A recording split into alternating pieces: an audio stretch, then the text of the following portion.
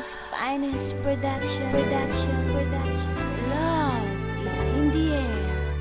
Kenya Records.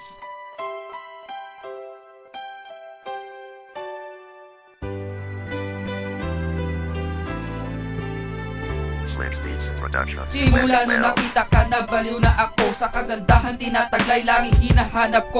Hindi na mawala sa isipan ang kagandahan mo. Para bang puso kong ito ay pinana ni Cupido. Ganito ba talaga ang tunay na nai-inlove? Ito na nga din ba ang tinatawag nilang na crazy love? Wala akong pakialam kung hindi daw tayo bagay sa isa't isa, parang daw asin at tinapay. Pero pinaglaban mo ako sa kanila lahat. Buong pagmamahal mo sa akin mo ipinamulat. Hindi ka nagpatalo sa mga humahadlang, kahit na tinutulan tayo ng iyong mga magulang. Madalas pa nga akong binabaril ang iyong ama pag kinukuha kita doon sa kanila. Wala silang magagawa sa ating pagmamahalan dahil ikaw ang palasyo at ang aking kayamanan.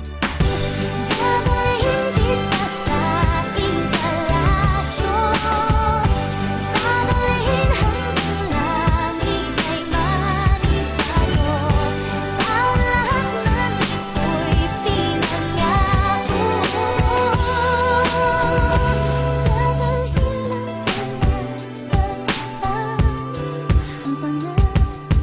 At naranasan ko pa bago tayo magsama, hanapin ko sa kawalan ang ibong Adarna. At panghuli daw ako ng isda doon sa may dagat na walang ginagamit na bangka pati na lambat. At harangin ko pa daw ang buhawi na parating sagad. Doon payagan nila ako na ikaw ay malambing. Meron pa silang binigay sa akin na pagsubok. Higupin ko daw ang lalabas at ang putyo na usok. At itaki ko lahat na puno sa may kabundukan para meron kami ng panggatong na pangkukuhanan. Pag nagawa ko daw lahat ng yan ay papayagan na maging manugan nila at ikaw ay maging asawa. Kahit na imposibleng gawin ay susubukan ko.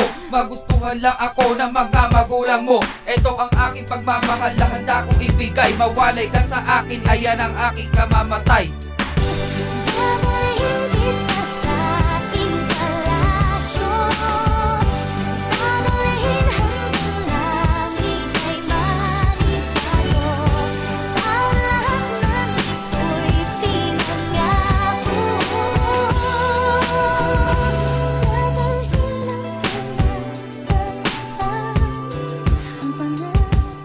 Sa wakas tapos na ang lahat ng aking paghihirap at natupad mo na din ang aking mga pinapangarap. Pero bago ko naabot ang tugatong na tagumpay, bali na ang braso ko tsaka pa ako ay pilay. Sa pagharang ko ng buhawi, durog aking katawan at nahati ang paa ko at napunta na sa kawalan. At nung nagitak ako ng puno sa may kabundukan, binugbog ako ng taong bayan na walang kalaban-laban. At nung nahuli ako ng isda, nakain pa ako ng pating. Buti na lang didura ako kasi mabaho pa ako sa bading. Ngayon tapos na ang lahat ng pagsubok na ibinigay, pwede na tayo magpakasal na may basbas ni inay. Kaso nga lang hindi na tayo ngayon pa magkakaanak, dahil hindi ko na kaya gumawa pa ng anak. Pero masaya ako, ikaw ang aking naging asawa. Handa kang mag-alaga sa akin nang hindi ka nagsasawa.